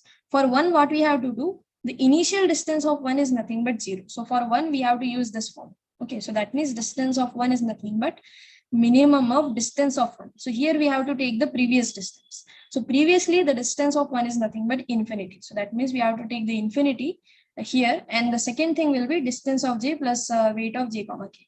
So for 1, there are 3 incoming edges, right? 1, second, and third. But here the distance of 6 is again infinity, so there is no point to taking this. Again, the distance of 2 is also infinity, right? Distance of 2 is infinity, distance of 6 is infinity. So there is no point if we take these 2 edges, or these 2 things to be in our minimum. So ultimately we get 2 infinity also. But there is one incoming edge from 0 to 1, right, with the weight 10. So that means here distance of 0 plus the weight will be 10. So the so the minimum of this set will become, and this is nothing but 0. So the minimum of this thing will become 10. So that's why the weight of, so now the updated distance of 0 to 1 will become 10. And similarly, the updated distance of 0 to 7 will become 8, because the weight of the set is nothing but 8. And all other thing, if you compute via this formula, all other thing will remain infinity, infinity, infinity as it is. Okay. Now the same thing we have to apply in the third stage. Okay. Let's see what we are doing is correct or not. So see, here all things are same. Let me erase it. See that only the distance of 1 and the distance of 7 will change. All other distances will remain as it is. Right. Now in the third step, what we have to do, we have to do the same formula and the same observation of the edges. So let's move to the third step. So in the third step, observe that distance of 0 will remain 0 only. Distance of 1 again will remain 10 only. Why it is so? Because there are 3 edges. In coming to 0, we have to use this formula. Okay. So here I am telling this verbally, but ultimately we have to use this formula and compute what is the minimum distance, right? So ultimately there are 3 edges incoming, which are coming to 1, but they are also passing through 6 and 2. And initially the distance of 2 and 6 is nothing but infinity. So that's why the distance of 1 will remain 10 itself. Now what about the 2? So over 2, if you observe, there is only one incoming edge, and that is also from 5. And in the initial step, that's now this will consider to be the initial step for computing this thing. This thing we want to compute, and this column is already there, right? Because this column we computed in our previous steps. So here the distance of 5 is infinity. So that's why if you want to compute anything, distance of 2 using this formula, then you just getting infinity comma infinity of thing, right? And the minimum of that will be infinity. So that's why infinity is there. Now let's go to 3. So 3, again, there is only one incoming edge, and sorry, this is a weight 3. This is the vertex 3. So at the vertex 3, there is only one incoming edge, and that's also coming from vertex number 2. And the vertex number 2 is having distance infinity in our previous step. So that's why here also, if we use the same formula, we'll get infinity distance only for 3. Okay. And for 4 also. Now observe what happened when we reach to the vertex 5. Okay. So for vertex 5, we are getting some information that here there are 2 incoming edges. One is from 1 and another one is from 6. And the distance of 1 is finite, which is nothing but 10 in our previous step, right? And the distance of 6 is infinity. So 6 won't give us anything, but this 1 will surely give us something, right? So that means distance of 5 will become the minimum of distance of 5 in previous steps. So distance of 5 in previous step is nothing but infinity, comma, distance of 6 plus whatever the weight is minus 1, comma, distance of 1 and whatever the weight will be plus 2. Right. So this thing is infinity, so it won't give us anything, but this thing is 10. So that means the minimum of this set will become 12. So that's why here we update our distance to be 12. Now, anyone want to explain why we get 9 to be the distance of 6? Distance of 7 is 8, 8 plus 1, 9. Yeah, right. Because in the initial step, there are only one incoming edge towards 6, and that's also from 7. And in the previous step, the distance of 7 is nothing but 8. So if you use the same formula, what we will get infinity plus 8 plus 1 will be 9 then. So the minimum of this set is nothing but 9. So that's why the distance of 6 will become 9. And similar reason goes with 7 also. Yeah, because 7 only have one incoming edge, so the same thing will happen. Okay, so that's how you have to fill all these columns using this formula only. So it's not tough, although it's a little bit lengthy, but not tough at all, right? Any doubt how we are going to solve this question? Clear. Clear, right? Okay. Yeah. So now let's go to the next topic. This is transitive closure, I think. No, transitive closure is already done. The next is Shall we all talk about source Floyd algorithm? shortest path. Sorry, what? Are we going to talk about Floyd algorithm? Floyd algorithm. Floyd algorithm is there. So Floyd algorithm also uses the same thing. I mean, what we have to do, we have to find out the path between I and j using some particular vertices. So let's talk Floyd algorithm here only.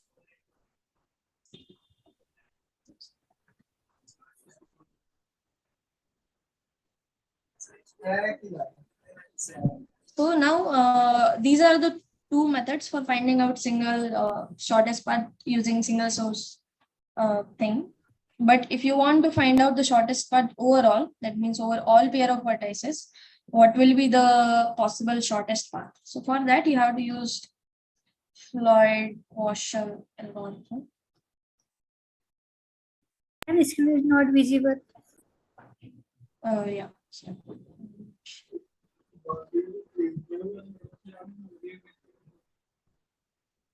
You can go.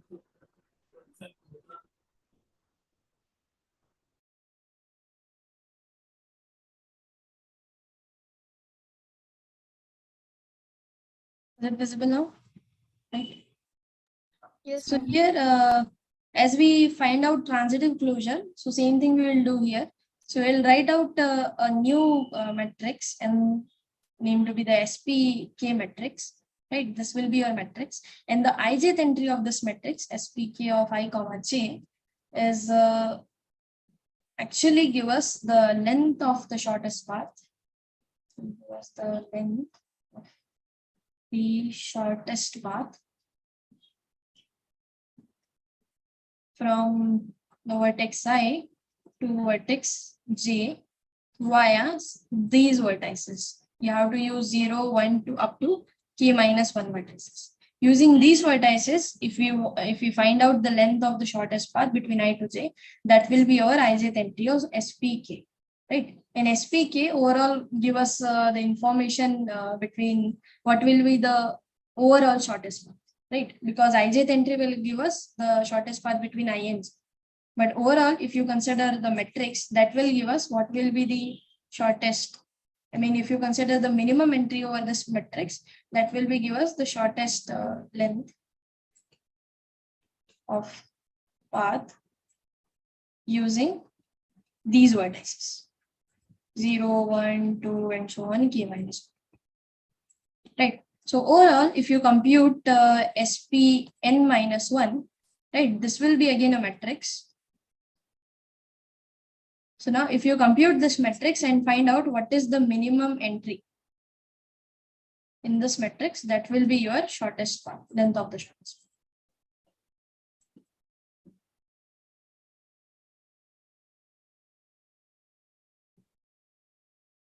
Overall. Okay, so again, it's a similar kind of thing. You have to just compute. First compute SP1, SP2, SP3, and so on.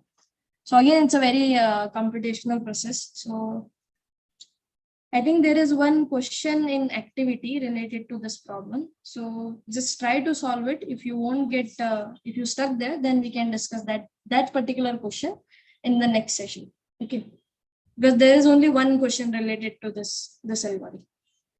Although theoretically you will say that this algorithm actually used for finding out shortest path problem in all pair thing, right? You have to remember one thing, that every algorithm has their own motive and their own restrictions, right? This algorithm actually used for finding out the length of shortest path overall all vertices. I mean, you will consider any pair of vertices, find the shortest path between them, and take the minimum length overall all paths, right? That thing can be computed using this algorithm. Descartes' algorithm, what did? It actually find out the shortest path of the single source problem. Right, there you will fix some vertex and then find out the shortest path. Okay. So let's move towards spanning tree and Prim's algorithm, Pushkal's algorithm. So I'll just motivate you about this thing, this Floyd-Warshall's algorithm. Just try to do it via simple computations. If not, then we'll discuss the particular example of that particular activity question in the next session. Is that fine for all? Yes, That ma'am. will It's be okay. fine. Fine. So now let's move towards spanning tree.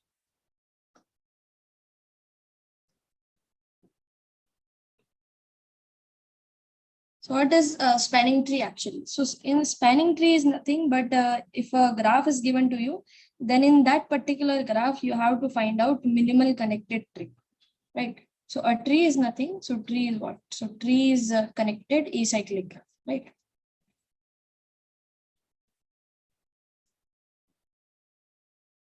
So what is a spanning tree? So spanning tree is nothing but a tree in a graph covering all vertices.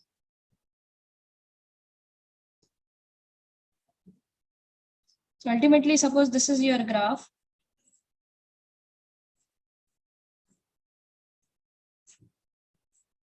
With vertex, let's say 1, 2, 3, 4, 5.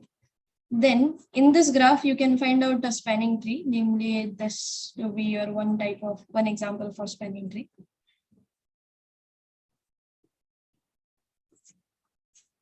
Right. So now this is a tree, right? This is a tree because it is connected and there's no cycle.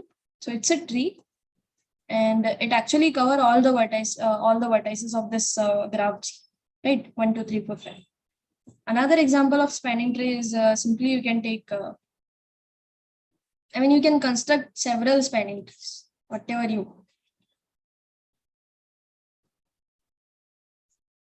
Right. So this is one example of spanning tree of this particular graph C. Right. Now, what happens when we have weighted graph? We want to find out spanning tree of minimum cost. Again, the cost of spanning tree is nothing but sum of weights of all this. Right. So the cost of spanning tree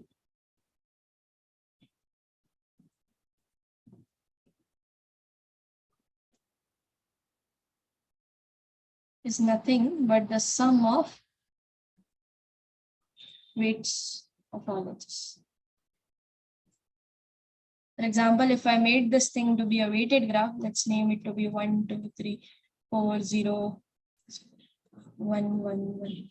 Then what will be the cost of this particular spanning tree? So the cost will be 1 is there, 3 is there, 1 is there, and 1 is there. So that means 5 will be the cost of this particular spanning tree. And similarly, you can find out the cost of every spanning tree. Okay. So now there are so many facts related to a tree that if you have a tree, so any tree with n vertices have n minus 1 edges. Right, this is a particular fact about a tree. And the second fact is that any two vertices u and v will have a unique path between them.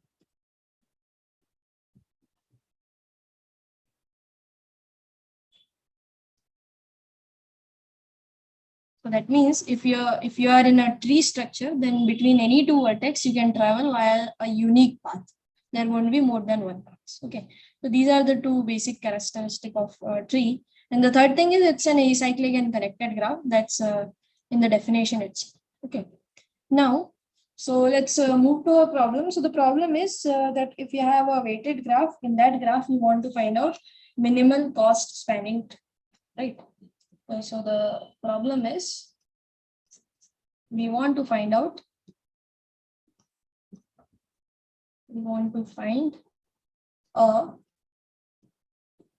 minimal cost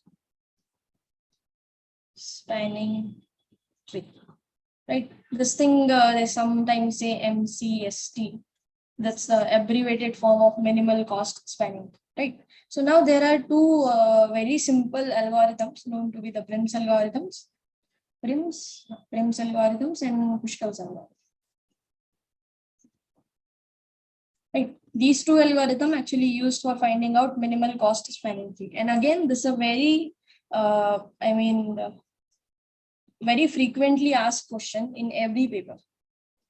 If someone is giving you a graph theory paper and the tree question is there, then they mostly ask that find out the minimal cost spanning tree over this graph. So there you just have to use this very basic algorithms. We'll see by an example how they actually works. Okay. So I'll start with the Prim's algorithm.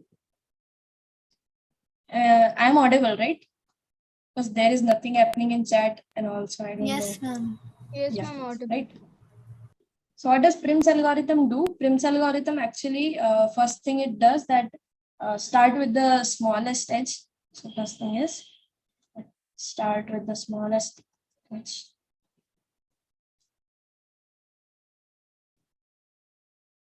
And then grow your tree accordingly. I mean, then extend the current tree by adding this smallest edge from the tree.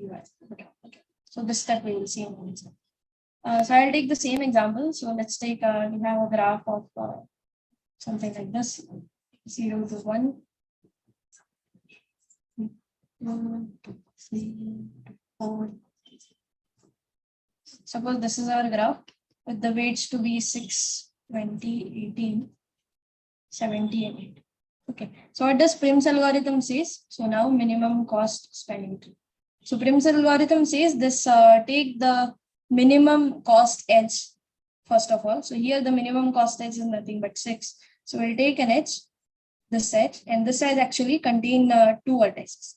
Now what we have to do? Now we have to add edges to this our tree. I mean, Prim's algorithms, what does it does?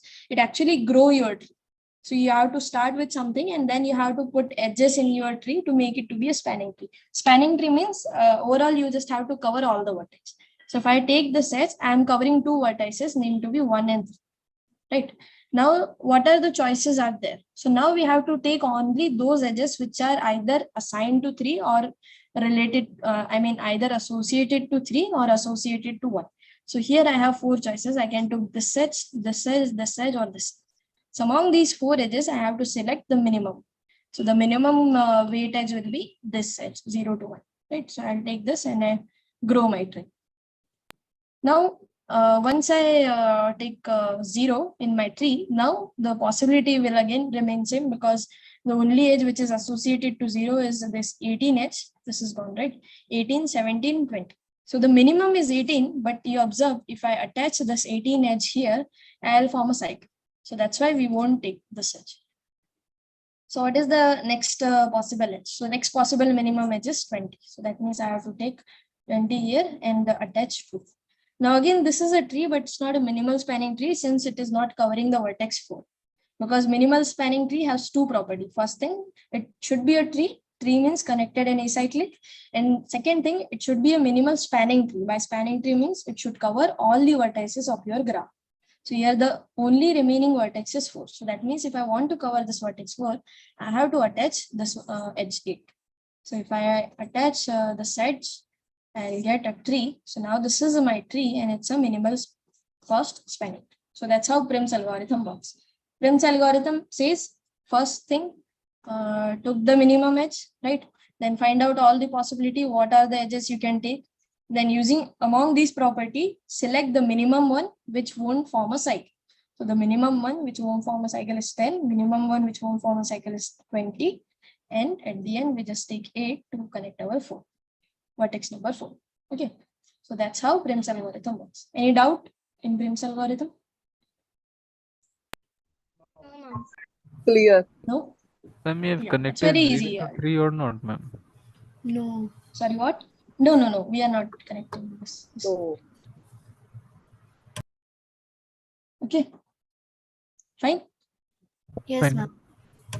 Yes, ma'am. Now, the second algorithm is Kushkal's algorithm. So what does Kushkal's algorithm did? So it actually says that consider first here what we did, we take the minimum cost edge and then try to grow it, right? What does Kushkal's algorithm says? It says that simply first take all the vertices to be the non-connected components. So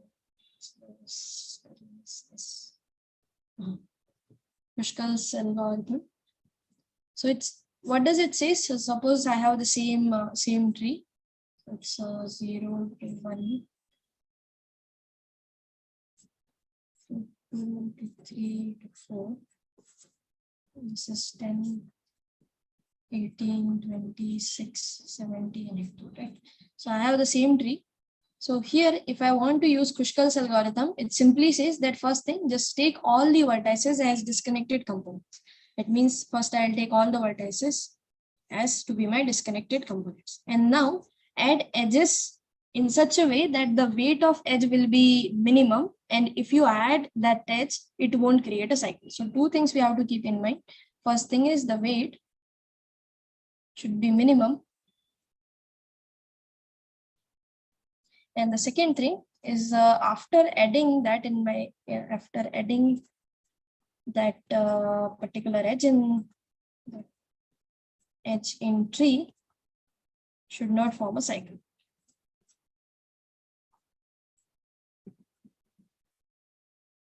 So that's two things only you have to remember. So first thing is you have to add an edge. So just add an edge, whatever minimum edge is there. So 6 is the minimum possible edge. So I'll add 6. Now after 6, what is the minimum number is 8. So I'll add it. Now after 8, what is the minimum number is 10. So I'll just add 10. After 10, the minimum number is 8. But again, if I add 18, it will create a cycle. So that's why it's satisfying this condition, but not this. So that's why we won't add this edge. The next minimum thing is 8. So just, sorry, 20. So just add 20. So that's your minimal cost spanning. Now here what happening that the both algorithm actually giving us the same minimal cost spanning tree. But this is not the necessary case. Okay, there may be some examples. Actually, I haven't found anyone. Whatever graph I take and find out the minimal cost spanning tree, it's still same.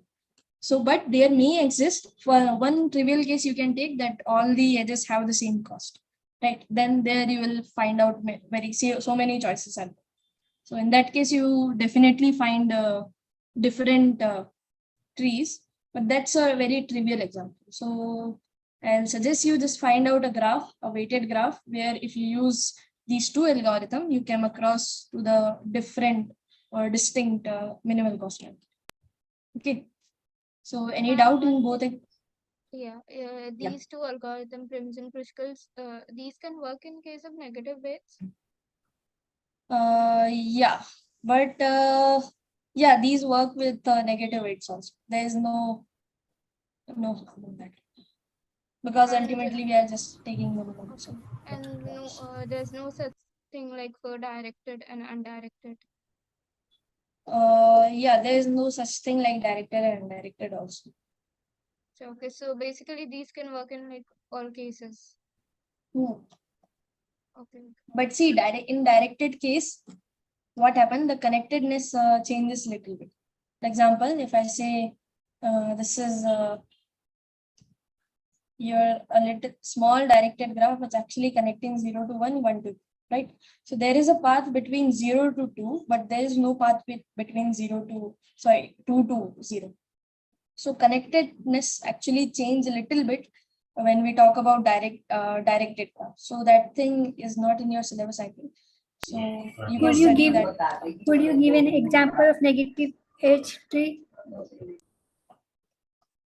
Negative case is easy. Just so take the same thing with negative edge. So, again reply, what is the difference between the prism and Kushal algorithm? So see, difference is the result will be same. Whatever the minimal cost spanning tree you will find here, the cost will be. I'm not saying the particular graph. I'm saying the cost, right? So cost is what? If you sum all the edges, that's your cost. So the cost which will compute via Prim's algorithm, Kruskal algorithm will be same. But the difference is, first thing is the method is the one difference. That in Prim's algorithm, what we are doing, we are somehow growing our tree, right? In Kruskal algorithm, what we are doing, we are taking first all the components and then adding edges randomly with respect to these two conditions only, right? So that's the little difference is there, but although they both work. Yeah. Okay, thank you. Hi, Aksana, could you give an example of negative edge tree? Yeah, negative edge also you can take the same. So let's try an example. So suppose 0.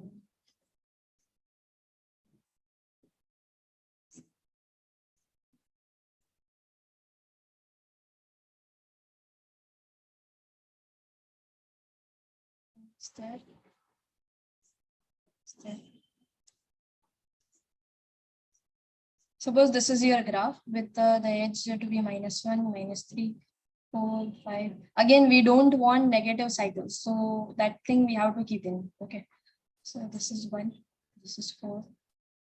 No, here I think negative cycles will be fine because ultimately we just have to compute the cost.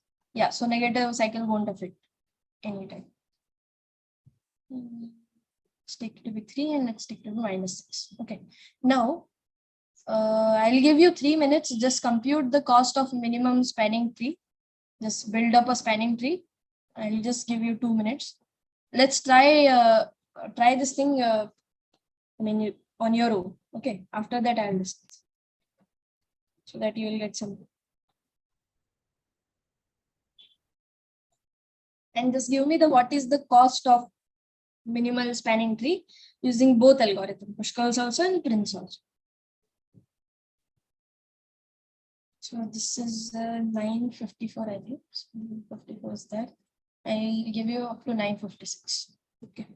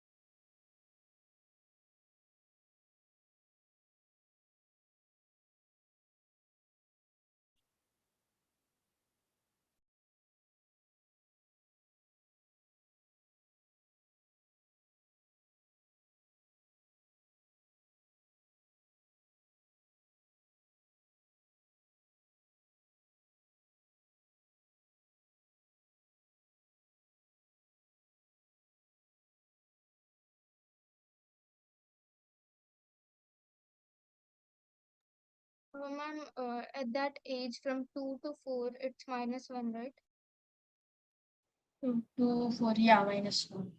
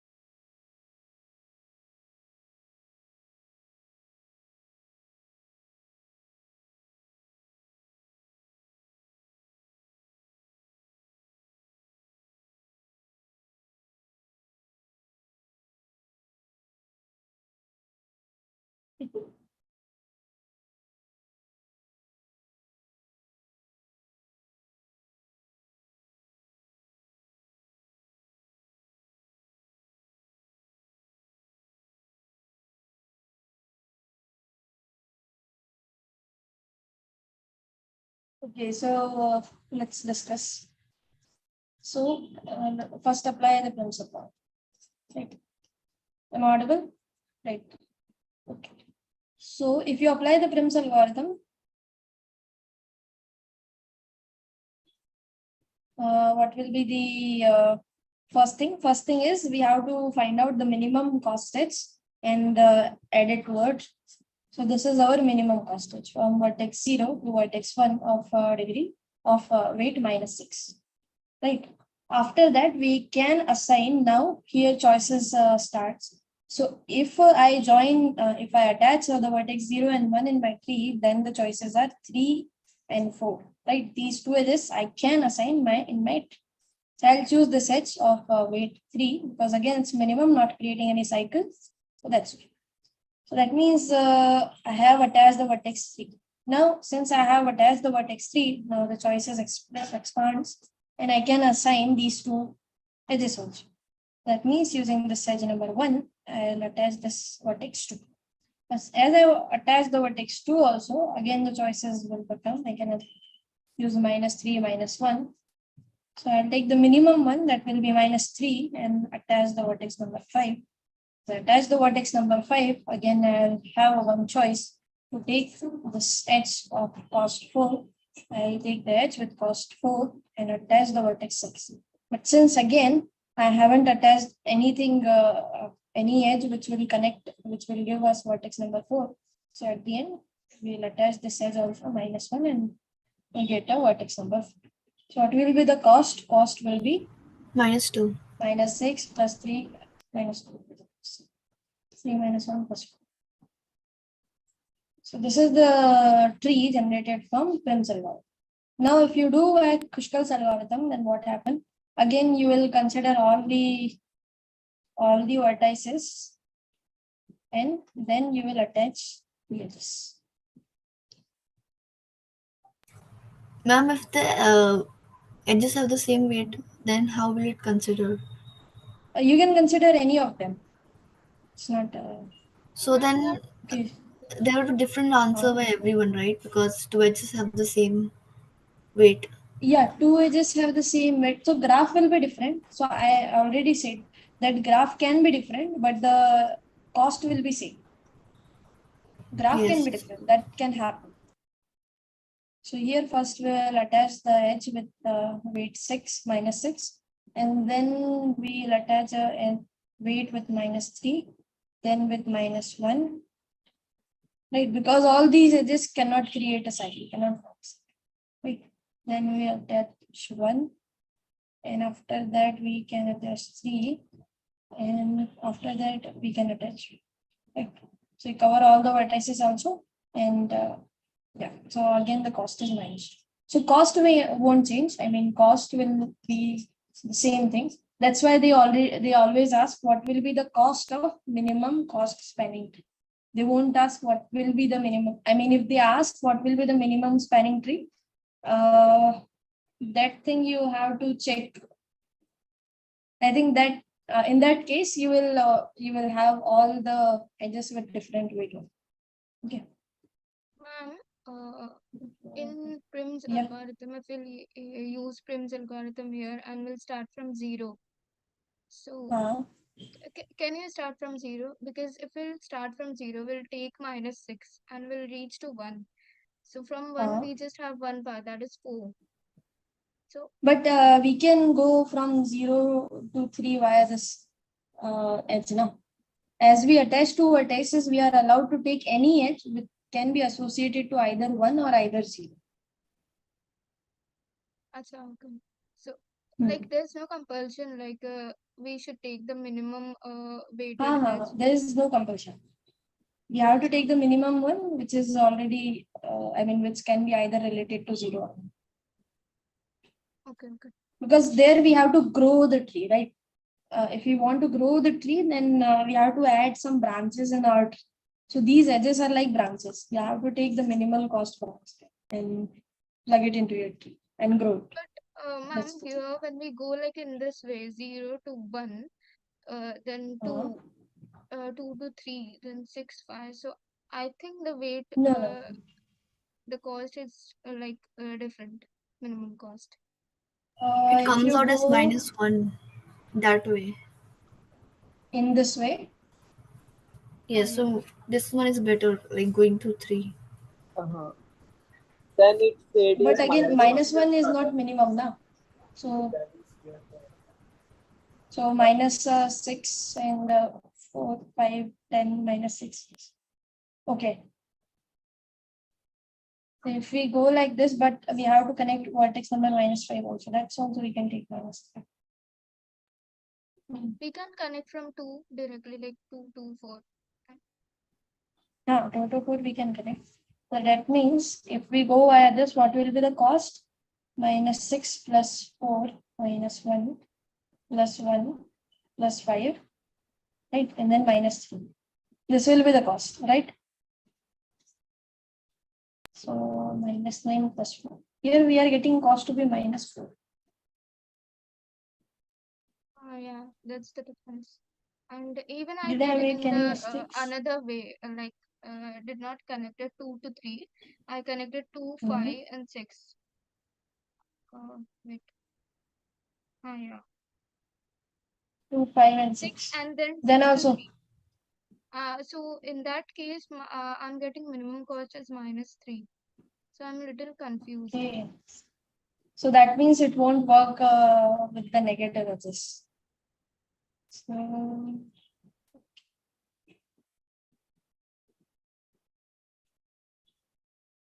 here we calculated the weight correctly, right? -3. So I'll check once in the book because sir haven't told anything about this, right? In the lecture, they haven't mentioned that Prim's algorithm, Bushkell's algorithm won't work if we take negative edges, right? So I have to check other resources. Can someone? Sir, ma'am, it is not sure that it is apply on the negative weight. You're telling our Prim's algorithm. because yeah, as we conclude here, we are getting minimum cost to be -4 also and -3 also. So that means it's not work. And Warshall algorithm is also work or not work? That also won't work. That also works. Okay.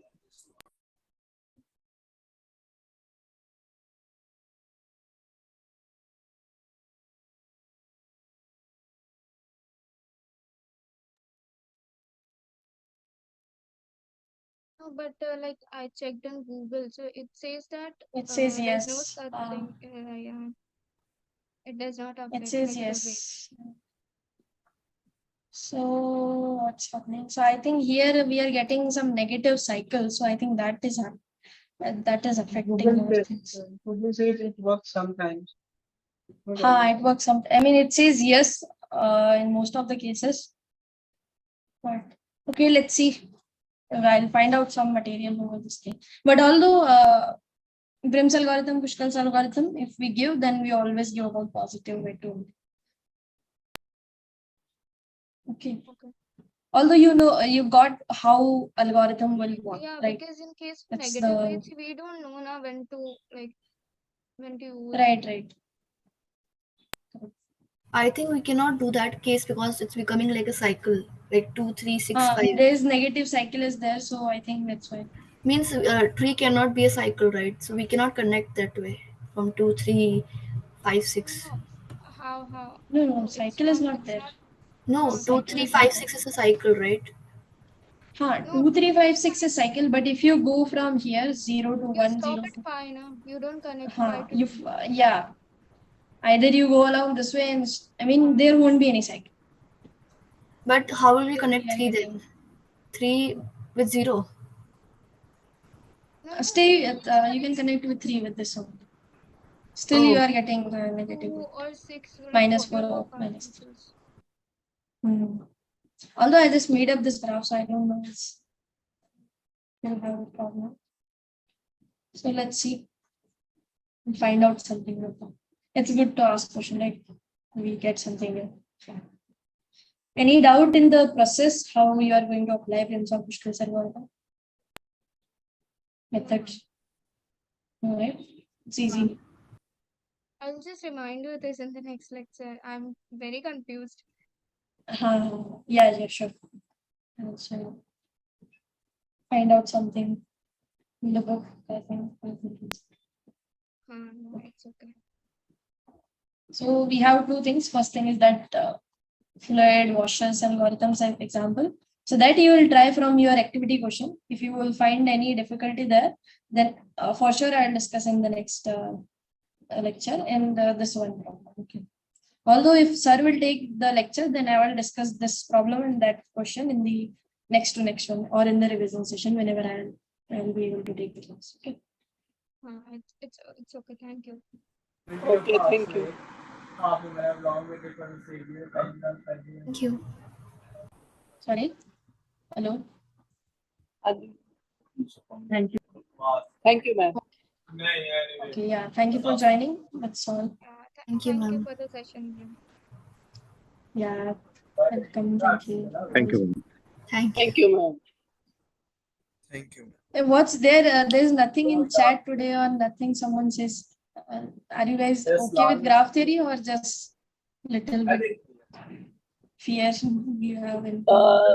We can understand each and every point, but little bit some confusion in between them.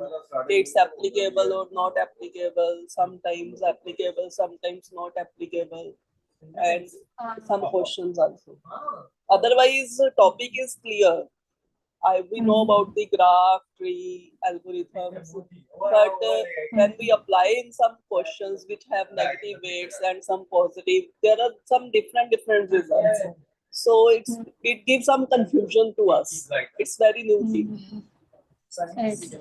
So what I can do, I can create a chart or something for every algorithm. What are the restrictions and when can you apply? So I think that will be maybe that's more appropriate.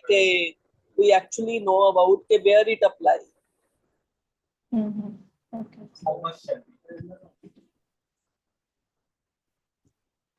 Okay, fine. Thank you for joining. You guys can. Yeah, something. Thank you. Okay.